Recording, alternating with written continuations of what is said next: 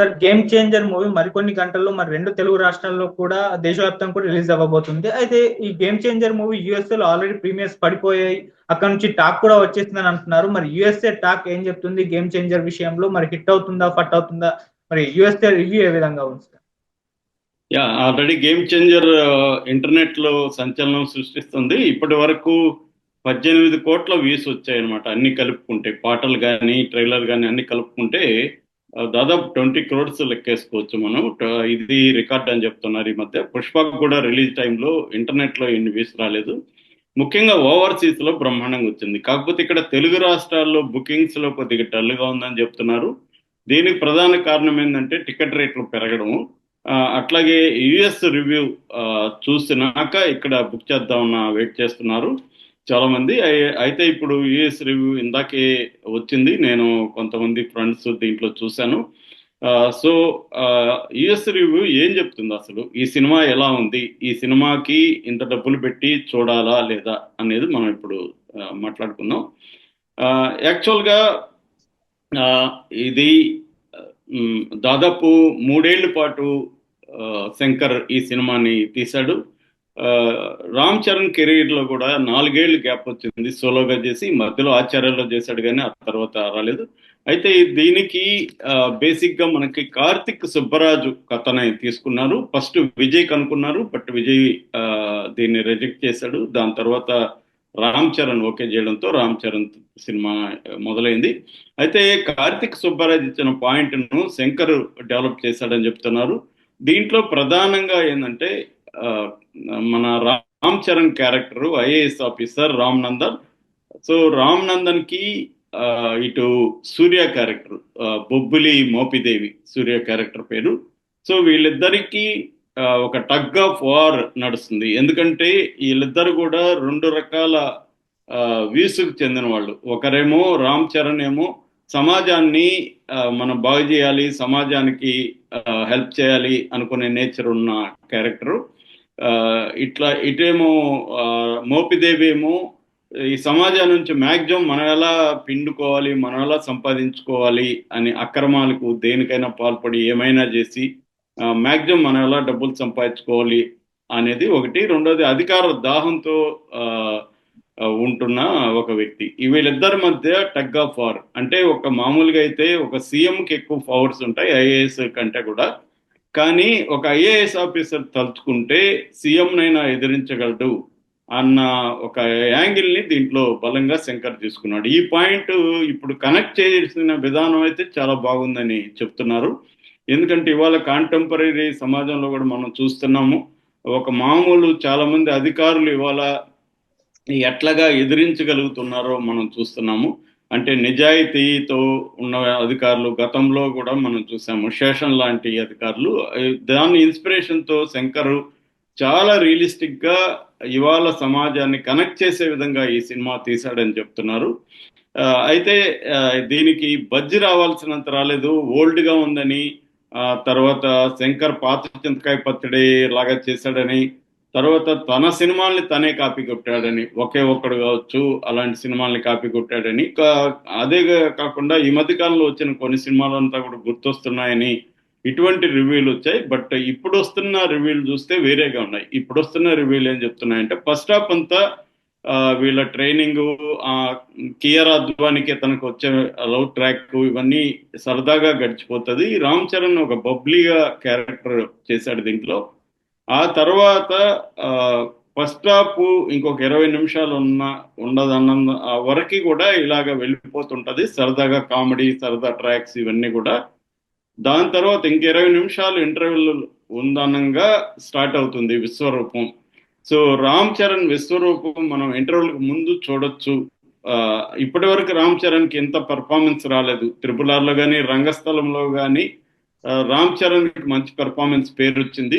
కాకపోతే ఇది వేరే లెవెల్లోకి వెళ్ళింది రామ్ చరణ్ విశ్వరూపం. అందుకనే సుకుమార్ కూడా ఆ స్థాయిలో చెప్పాల్సి వచ్చింది అని రివ్యూలు చెప్తున్న వాళ్ళు కూడా అక్కడ సినిమా చూస్తున్న వాళ్ళు యూఎస్ లేదంటున్నారంటే దీనికి ఖచ్చితంగా నేషనల్ అవార్డు గ్యారంటీ ఇతని పెర్ఫార్మెన్స్ కి మాత్రం. అంటే మనకు ఆల్రెడీ అల్లు అర్జున్ పుష్ప 1లో వచ్చింది.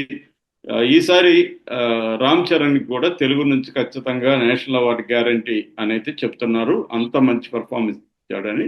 తర్వాత ఫస్ట్ హాఫ్ మాత్రం అంటే పెద్ద అన్ఎక్స్పెక్టెడ్ సీన్లు కానీ లేకపోతే పెద్ద ట్విస్టులు కానీ ఆ ఇంటర్వెల్ ముందు వరకు అయితే ఏమి ఉండవు.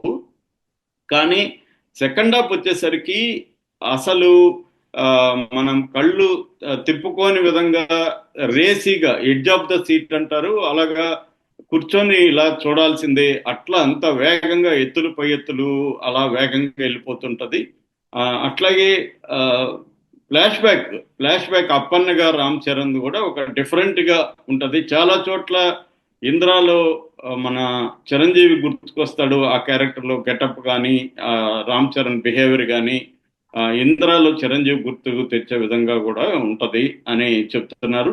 అంటే పెర్ఫార్మెన్స్ సైడ్ సీన్లు కాదు, సీన్లకి దానికి ఇంద్రాకి ఏం సంబంధం లేదు.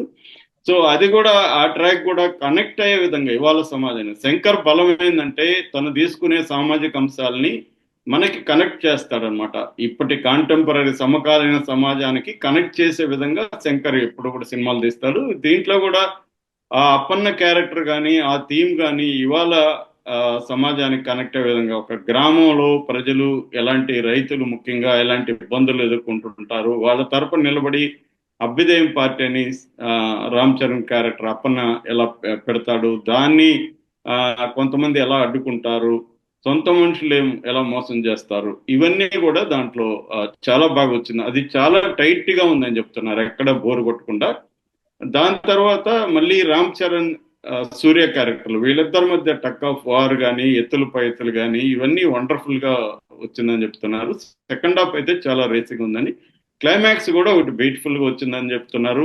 మామూలుగా మనకు తెలుసు ఎప్పుడైనా సినిమా హిట్ కావాలంటే సెకండ్ హాఫ్ బాగుండాలి. జనరల్ గా ఫార్ములానే ఫస్ట్ హాఫ్ సరదాగా నడిచిపోతుంది, రొమాన్స్ కామెడీ అక్కడొకటి ఫైట్ ఇలా సాంగ్స్ ఇలా నడిచిపోతుంటది. సెకండ్ హాఫ్ ముందు అంటే ఇంటర్వెల్ ముందుగా రియల్ కథ స్టార్ట్ అవుతుంది, ఒక బ్యాంగ్ ఇచ్చి ఇంటర్వెల్ ఇస్తారు, దాని తర్వాత ఇంటర్వెల్ లోనే అసలు కథ ఉంటది. ఇది కూడా అలాంటి ఫార్మేట్ లోనే తీసుకున్నాడు శంకర్. ఫార్మేట్ పాతదైనా కూడా ఇంట్రెస్టింగ్ గా చెప్పాడని చెప్తున్నారు. ఓవరాల్ గా శంకర్ ఏంటంటే ఈ సినిమాని కొన్ని చోట్లయితే ఒక విజువల్ వండర్ లాగా తీశాడని కూడా చెప్తున్నారు. అంటే మనం స్క్రీన్ మీద ఇట్లాంటివి చూడగలమా అన్నట్టుగా కొన్ని సీన్లు అయితే వచ్చాయి. ముఖ్యంగా సాంగ్స్ మనకు ఆల్రెడీ దిల్ రాజు చెప్పాడు, 75 కోట్లు పెట్టి మేము సాంగ్స్ ఒక్కొక్క సాంగ్ యావరేజ్ లో 10 రోజులు తీసామని చెప్పాడు. అదంతా కూడా స్క్రీన్ మీద మాత్రం కనిపిస్తుంది. అంటే ఒక విజువల్ ఎక్స్పీరియన్స్ ఆడియన్స్ కి ఇవ్వగలిగాడు శంకర్ అని చెప్తున్నారు. సో ఓవరాల్ గా పెర్ఫార్మెన్సెస్, శంకర్ డైరెక్షన్ ఈ రెండు చాలా బాగున్నాయి. అట్లాగే సాయి మాధవ్ బుర్ర ఆయన డైలాగులు కూడా చాలా చోట్ల ఫెయిల్ అయ్యని చెప్తున్నారు. ట్రైలర్లో కావాలని వీళ్ళు ఎక్కువగా చూపించలేదు, ఎందుకంటే సినిమా చూస్తున్నప్పుడు ఒక షాక్ గురవ్వాలి, ఒక ప్లజెంట్ సర్ప్రైజ్ గురవ్వాలని చెప్పి ట్రైలర్లు ఎక్కువ రివీల్ చేయలేదు. ఆ ఏనుగు 100 ముద్దలు తింటుంది, ఒక ముద్ద ఇస్తే 1,00,000 చేమలు బాగుపడతాయన్న అట్లాంటి డైలాగులు పెట్టారు తప్ప రియల్ డైలాగులు అంతా సినిమాలోనే మనం చూడాలి. చాలా వండర్ఫుల్ గా ఉన్నాయి డైలాగ్. మళ్ళీ ఒకసారి సాయి మాధవ్ బుర్రా విజృంభించాడని చెప్తున్నారు. ఇక ఆర్టిస్టుల పెర్ఫార్మెన్స్ కి వస్తే రామ్ చరణ్ తర్వాత దీంట్లో సూర్యకి చాలా మంచి పేరు వస్తుంది. సూర్య అసలు తెలుగులో ఒకప్పుడు ప్రకాష్ రాజ్ ఎలాగా విలన్ గా ఒక వెలుగు వెలిగాడు, ఇప్పుడు సూర్య ఈ సినిమా తర్వాత ఆ స్థాయి వెలుగు వెలుగుతాడు అని చెప్తున్నారు. సూర్య కూడా ఇప్పటి వరకు తను సినిమాలో చెయ్యని ఒక కొత్త క్యారెక్టర్ ని అద్భుతంగా చేశాడు దీంట్లో అని చెప్తున్నారు. ఎందుకంటే ఎప్పుడైనా కూడా స్ట్రాంగ్ విలన్ ఉంటే మనకి హీరో కూడా ఎలివేట్ అవుతుంది. అలాగా దీంట్లో శంకర్ ఒక స్ట్రాంగ్ విలన్ క్యారెక్టర్ ని తీసుకొచ్చాడు.